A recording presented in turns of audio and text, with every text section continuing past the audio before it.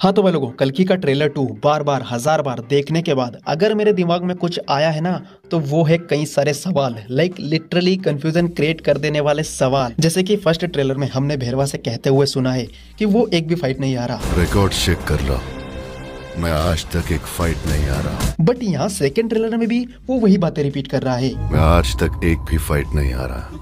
तो क्या वहां पर अश्वत्थामा से फाइट करने के बाद उसको सुम 80 की बाउंटी मिल गई थी? वेल, इसको आगे थोड़ा डीप में एनालाइज करेंगे। एंड दूसरा सवाल कि क्या अश्वत्थामा इस मूवी का विलन होने वाला है? एंड तीसरा, इस सीन में ये सफेद अटायर पहने हुए कौन है?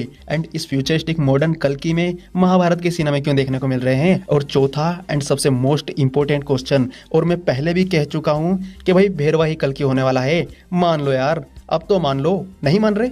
चलो आप खुद ही आगे मान लोगे। चलो इसी बात पर वीडियो शुरू करते हैं। तो सबसे पहला सवाल कि क्या भेरवा सच में एक भी फाइट नहीं आ रहा? क्योंकि अगर भेरवा हमें अश्वत्थामा से दो जगह फाइट करते हुए दिख रहा है, एक न्यू वर्ल्ड में एंड एक यहाँ पर संभाला में, तो ऑब्वियस है कि वो इसमें से एक फाइट तो हारा ही होगा। तभी तो वो यहाँ पर दूसरी बार फाइट करने आया संभाला में अश्वत्थामा से।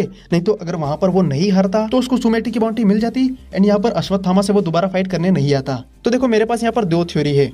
पहली थ्योरी कि जो भेरवा को सुम 80 की बाउंटी मिली है वो कोई और ही कैरेक्टर है, दीपिका का कैरेक्टर ना होकर, एंड उसको भेरवा एक्चुअली में कैप्चर कर ले एंड वहां पर अश्वत्थामा से फाइट जीत जाए। पर यहाँ पर एक और सवाल निकल कर आता है कि अगर उसको सुम 80 की बाउंटी मींस 5 स्टार की बाउंटी मिल चुकी है तो फिर उसके पास 1 मिलियन यूनिट भी आ गए होंगे एंड उसने फिर कॉम्प्लेक्स में एंटर भी कर लिया होगा। तो अगर बाउंटी मिलने के बाद वो कॉम्प्लेक्स में एंटर कर गया तो फिर से संभाला में फाइट करने क्यों आया है वो अश्वत्थामा से? वेल देखो, यहाँ पर ऐसा हो सकता है कि कॉम्प्लेक्स में जाने के बाद कमांडर मानस ने भेरवा की काबिलियत देखकर उसे राइडर्स की आर्मी में शामिल कर लिया हो एंड राइडर्स की आर्मी का उसे लीड सौंप दिया हो। एंड जब क्लाइमेक्स में राइडर्स रिबेल्स पर हमला करने जाएंगे संभाला पर, तो इसीलिए भेरवा भी उनके साथ उनका सहयोग देते हुए अश्वत्थामा से यहाँ पर फाइट कर रहा है। वेल, ये जस्ट एक मेरी थ्योरी है।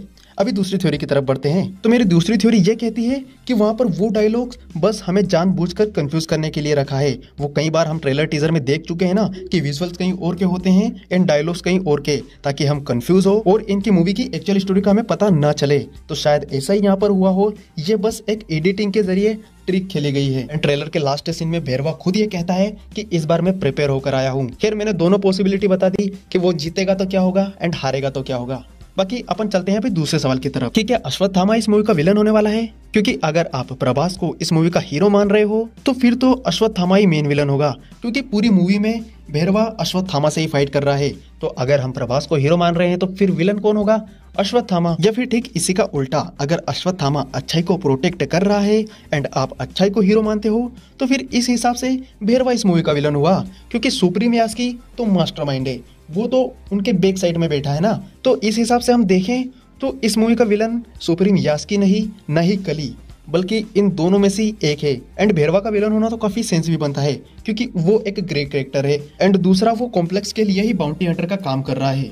तो इस हिसाब से हम देखें तो भेरवा इस मूवी का विलन हुआ। वेल, मैं पहले भी कह चुका हूं कि ये ट्रेलर सच में हमारे लिए कंफ्यूजन एंड सवाल छोड़कर जाता है। खैर, इसी बात पर अपन तीसरा सवाल डिस्कस करते हैं। तो तीसरा सवाल ये है कि ये महाभारत के इस वाले सीन में ये सफेद कपड़े पहने हुए कौन बंदा है? तो देखो, होता यूं है कि पांडवों और कौरवों के बीच जब महाभारत चल रही थी तो कौरवों के पास कई बड़ी बड़ी सेनाएं थी जिनमें बड़े बड़े योद्धा एंड बड़े बड़े ज्ञानी थे।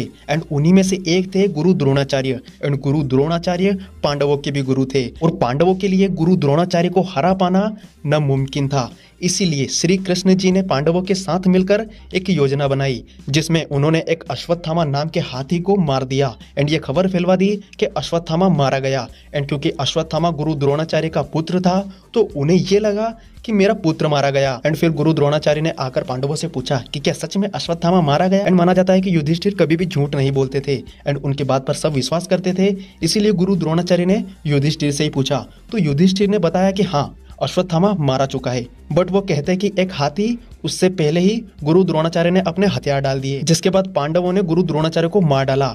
एंड फिर ये खबर पहुंची अश्वत्थामा के पास, तो अश्वत्थामा ने क्रोध में आकर पूरे पांडव वंश को ही नष्ट कर दिया। एंड फिर पांडवों को जैसे ही पता चला कि अश्वत्थामा ने उनके पूरे वंश को खत्म कर दिया तो भीम गुस्से में आ गए एंड फिर अश्वत्थामा पर प्रहार करा। एंड ये जो सीन है ना जिसमें अश्वत्थामा थ्रो हो रहे हैं एंड ये जो सफेद अटायर पहने हुए हैं, मुझे लगता है ये वही वाला सीन है।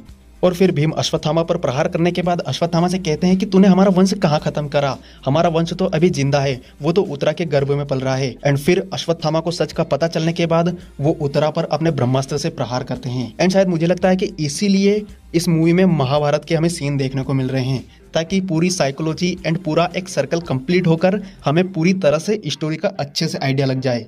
एंड अब चलते हैं fourth and most important question की तरफ। और मैंने तो पहले भी कहा था कि भीरवाई कल की होने वाला है, क्यों यकीन नहीं आ रहा ना? जरा आप ये प्रभास के मुंह से ही सुन लो। And my character is like it has gray, superhero, funny. यहाँ पर प्रभास कहते हैं funny, grey and super hero, और हम ट्रेलर में ग्रे भी देख चुके हैं, प्रीलूड में फनी भी देख चुके हैं, बट हमें सुपर हीरो तो अभी तक देखने को नहीं मिला। अब कई सारे लोगों का कहना होगा कि वो एक टेक जीनियस है इसीलिए वो सुपर हीरो बोल रहे हैं। तो वेल अगर ऐसा होता तो फिर तो फ्यूचर में टेक्नोलॉजी की मदद से हर कोई सुपर हीरो है। फिर तो हम रिबेल्स को भी सुपर हीरो बोल सकते हैं, राइडर्स को भी सुपर हीरो बोल सकते हैं, एंड अश्वत्थामा तो भाई साक्षात सुपर हीरो है। तो उन्होंने ये क्यों नहीं कहा कि हम सब सुपर हीरो हैं? क्योंकि इसलिए कि भैरवा में भाई नेचुरली सुपर हीरो की पावर एग्जिस्ट करती है। एंड सुपर हीरो इस युग में कौन है? ऑफ कोर्स भगवान कल्कि, जो कि प्रभास ही होने वाले हैं। भाई मान लो यार, नहीं मान रहे मत मानो, 27 तारीख को पता चल ही जाएगा। खैर इसी के साथ इस वीडियो को हम यहीं समाप्त करेंगे। बाकी आप कमेंट्स में अपनी थ्योरी एंड अपने क्वेश्चन जरूर बताना। So without wasting any more time, let's end the video. Bye bye, see you soon, take care.